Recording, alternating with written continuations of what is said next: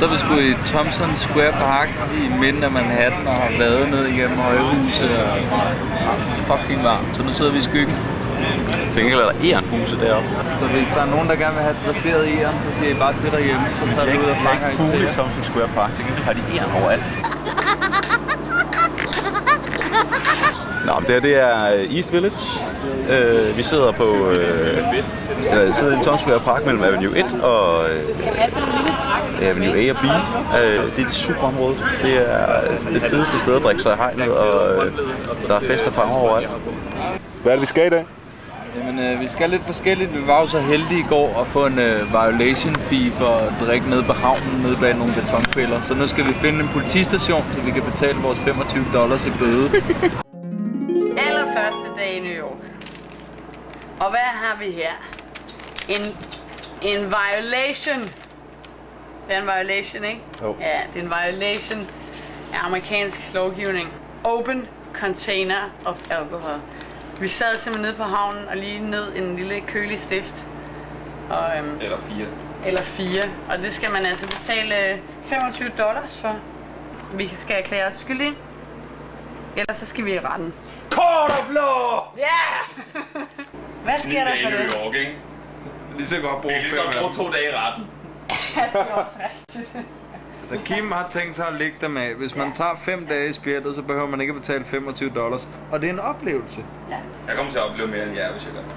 Helt sikkert. Men så resten af os betaler bøden, og så bliver vi snydt for den oplevelse.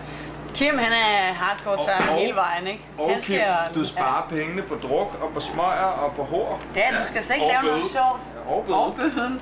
Altså, det kan godt være, du får et ekstra tillæg for $10.000. $100. Han har lige op. Det er $100. Det er måske nok mere. Måske mere. Ja, sagtens betalt. Lige snart jeg kommer ud, så tager jeg havnen og drikker mig høn fuld. Nu ved vi, at når man rejser rundt i USA, så må man ikke drikke ned på havnen. Man må ikke være nøgen. Man må ikke tisse nogen steder, hvor andre kan se det.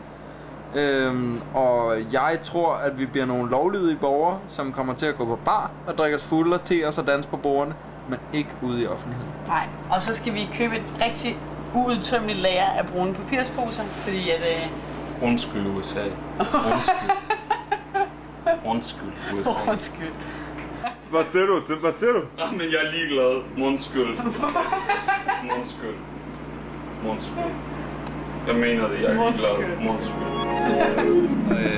Jeg tror lidt, det bliver et bureaukrati-helvede. Jeg glæder mig meget til at stå i svedende varme køer med store krigere, som har gjort noget ulovligt, som vi aldrig kunne finde på.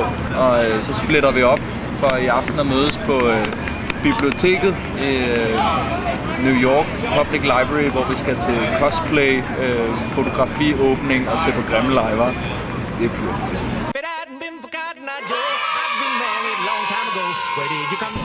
De der her er vores bøder.